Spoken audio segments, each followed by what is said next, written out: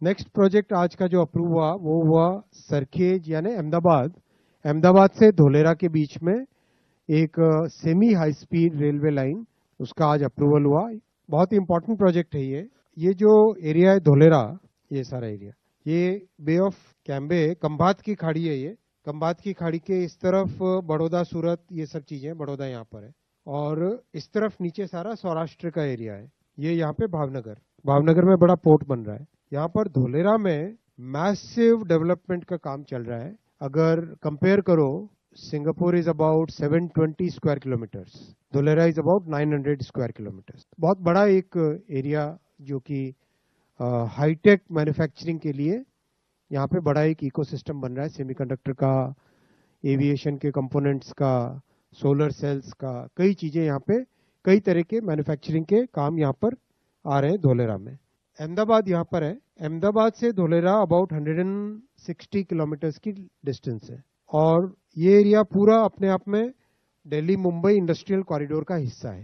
तो यहाँ पे सीधी एक अगर high speed, semi high speed line, railway line बनती है तो पूरे एरिया का एकदम डेवलपमेंट बढ़ जाता है। इसी थॉट प्रोसेस के साथ ताइवान में जो सेमीकंडक्टर का पूरा इकोसिस्टम बना हुआ है वो है एक जगह शिंचू, तो वैसा ही कुछ थॉट प्रोसेस है।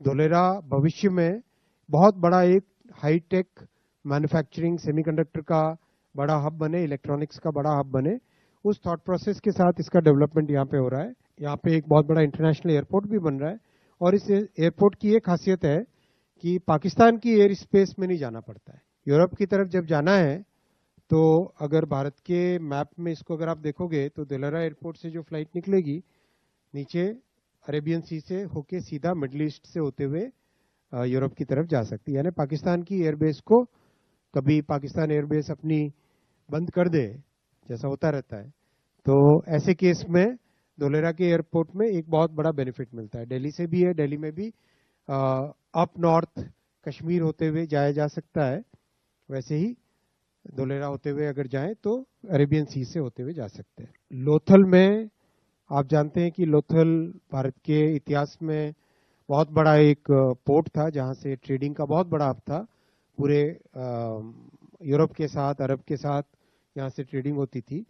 तो लोथल में बहुत बड़ा हेरिटेज नेशनल मैरीटाइम म्यूजियम बन रहा है, धोलेरा एयरपोर्ट, और यहाँ पर लॉजिस्टिक्स हब बन रही है, और नीचे भावनगर के साथ कनेक्टिविटी। तो इस एरिया की कनेक्टिविटी के लिए ये प्रोजेक्ट आज अप्रूव हुआ है। इस प्रोजेक्ट का एक और बहुत बड़ा बेनिफिट मिलेगा, पूरे सौराष्ट्र को कनेक्टिविटी मिल जाएगी यहाँ पर, मेन लाइन मुंबई की तरफ और साउथ की तरफ कनेक्टिविटी के लिए। ये प्रोजेक्ट के बाकी डिटेल्स हैं। मेट्रो के साथ इंटीग्रेशन होगा 3 जगह, साबरमती में, वस्त्रापुर में, और एक और जगह, 3 जगह इसका मेट्रो के साथ इंटीग्रेशन है। बुलेट के साथ इंटीग्रेशन यहाँ पर साबरमती में, हाँ गांधीग्राम में भी है मेट्रो का इंटीग्रेशन, वस्त्रापुर, गांधीग्राम और साबरमती। बुलेट के साथ इंटीग्रेशन साबरमती में है। फिर फ्रेट कॉरिडोर के साथ इंटीग्रेशन है, मोरैया जगह है, और ये सानंद के साथ इंटीग्रेशन है, बीसलपुर, ये गांव का नाम है बीसलपुर। और लोथल के लिए स्पर लाइन है, और सीधा धोलेरा एयरपोर्ट के अंदर ये लाइन जाती है यहाँ से, और आगे भावनगर जाती है बावलियारी से। और एक और कनेक्टिविटी आएगी यहाँ से नीचे से, जो लीमड़ी सौराष्ट्र सुरेंद्र नगर है, वहाँ से सीधी आनंद के पास पेटलाद एक जगह है, वहाँ के लिए। लोथल का ये मैरीटाइम कॉम्प्लेक्स, आपको भी अगर समय मिले तो जरूर जाएं, एक ऑर्गेनाइज कीजिए आप सबके विजिट।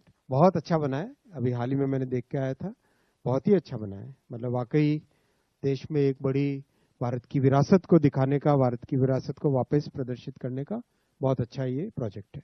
इसमें भारत की, आप रेलवे में पर देखो तो कन्वेंशनली 110 kmph की ट्रेन होती थी हाईएस्ट, फिर 130 की आने लगी, फिर वंदे भारत बनी 180 kmph की, और नमो भारत बनी जो मेरठ में चली, और बाद में सरफेस पे भुज से अहमदाबाद और जयनगर से